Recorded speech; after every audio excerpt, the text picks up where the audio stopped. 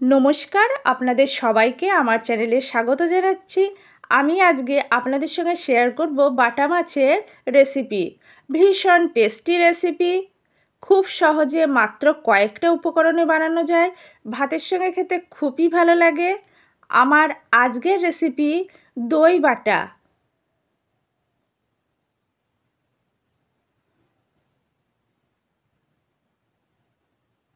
ভীষণ টেস্টি একটা রেসিপি।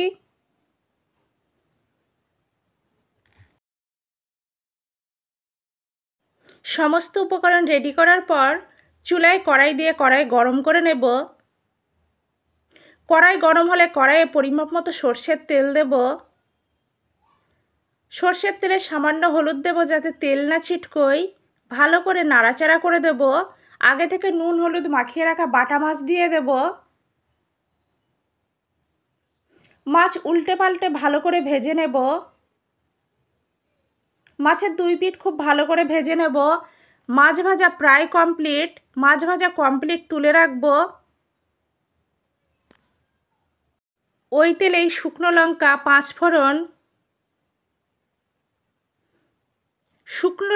পাঁচফোড়ন, দেওয়ার পর ভালো করে নাড়াচাড়া করে ভেজে নেব। শুকনো লঙ্কা পাঁচফোড়ন ভাজার পর আদা রসুন পেস্ট দেব। আদা রসুন নাড়াচাড়া করে কিছুক্ষণ কষে নেব। এরপর জিরে গুঁড়ো, লঙ্কা গুঁড়ো,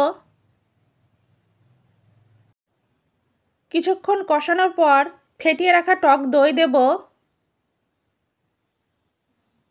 ভালো করে নাড়াচাড়া করে কষে নেব।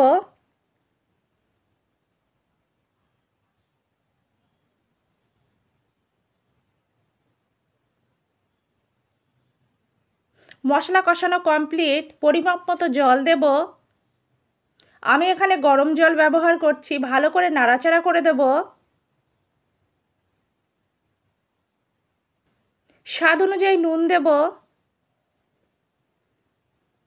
পরিমাপ মতো হলুদ। ভালো করে নাড়াচাড়া করে দেব।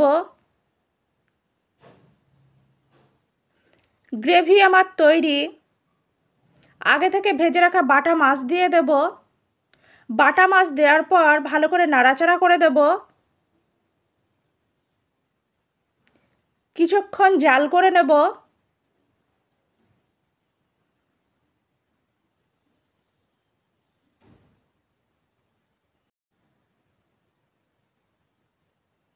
গুঁড়ো গরম মশলা দেব। ভালো করে নাড়াচাড়া করে দেব।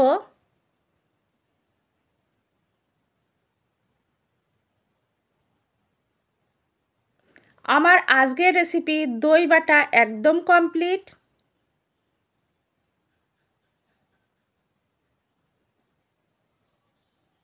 ভীষণ টেস্টি একটা রেসিপি।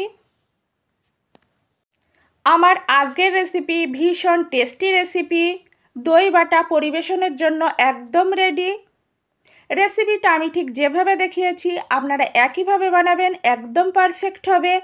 আপনারা তো বাটা মাছের অনেক রকম রেসিপি বানিয়েছেন, অন্তত একবার হলেও আমার মতো করে দই বাটা রেসিপি বানাবেন। ভীষণ টেস্টি রেসিপি। আপনারা দুপুরে গরম ধোয়াটা ভাতের সঙ্গে পরিবেশন করবেন, একদম জমে যাবে।